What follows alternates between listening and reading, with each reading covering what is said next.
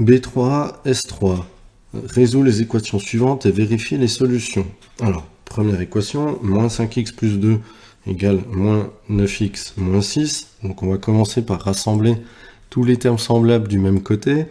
Ici, on va mettre par exemple les x à gauche et puis les termes constants à droite. Donc ça va nous faire moins 5x plus 9x, puisque le moins 9x en changeant de côté a changé également de signe, égale moins 6 moins 2, même chose, hein, le plus 2 qui est là, en passant à droite, devient moins 2. On recompte un petit peu tout ça, donc moins 5x plus 9x, ça nous donne 4x, égale moins 6 moins 2, moins 8. On procède maintenant à la division par 4 pour se débarrasser du coefficient, hein, puisque comme c'est un coefficient, c'est une multiplication, donc on divise. Ça nous donne x égale moins 8 sur 4, autrement dit, x égale moins 2. Donc voilà pour le résultat. Petite vérification rapide. Si on remplace x par moins 2, ça nous donne moins 5 fois moins 2 plus 2, c'est-à-dire 12 pour le membre de gauche. Et si on le fait pour le membre de droite, moins 9 fois moins 2 moins 6, donc moins 9 fois moins 2, ça devient plus 18, et plus 18 moins 6, ça donne 12 également, donc vérification, ok, on trouve la même chose à gauche qu'à droite. Deuxième équation, 18x moins 8 égale 40 moins 25x. On va procéder de la même manière. Donc on va mettre tous les x à gauche, ça nous donne 18x plus 25x. Donc plus 25x pour la même raison que pour la première équation, changement de côté, changement de signe, égale 40 plus 8, puisqu'on avait moins 8 à gauche, ça devient plus 8 à droite. Alors, 18 plus 25, ça nous fait 43, x, égale 40 plus 8, 48, et donc on procède à la division, x égale 48 divisé par 43, et là c'est une fraction irréductible. Voilà, et donc on pense bien à faire la vérification. Voilà, donc 18 fois 48 sur 43 moins 8, ça doit être égal à 40 moins 25 fois 48 sur 43. Donc là, il va falloir éventuellement mettre au même dénominateur, parce que je doute que ça fasse un résultat qui tombe juste, là, 48 sur 43. Donc mise au même dénominateur, simplification, le cas échéant, mais là encore avec 43, on risque de ne pas simplifier grand chose.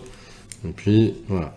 Ou alors on multiplie tout par 43, ce qui va revenir au même. Alors on va le faire pour l'exemple. Si on multiplie tout par 43, il va nous rester 18 fois 48, moins 8 fois 43, égale 40 fois 43 moins, petit bug d'affichage, moins 25 fois 48. Voilà, et donc il faut vérifier ça. Bon, à ce stade-là, peut-être qu'on peut se permettre de prendre la calculatrice. Et donc on va taper tout ça. Donc là, vous n'allez pas le voir, mais je suis en train de le faire. Donc 18 fois 48 moins 8 fois 43, ça donne 520. Donc on obtient 520 à gauche.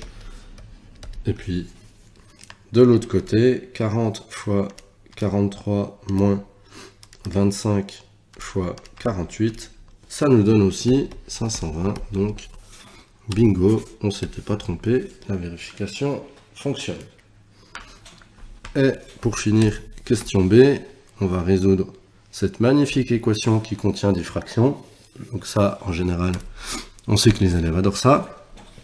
Nous avons donc 2x sur 3 plus 5 égale x sur 4 plus 1 demi.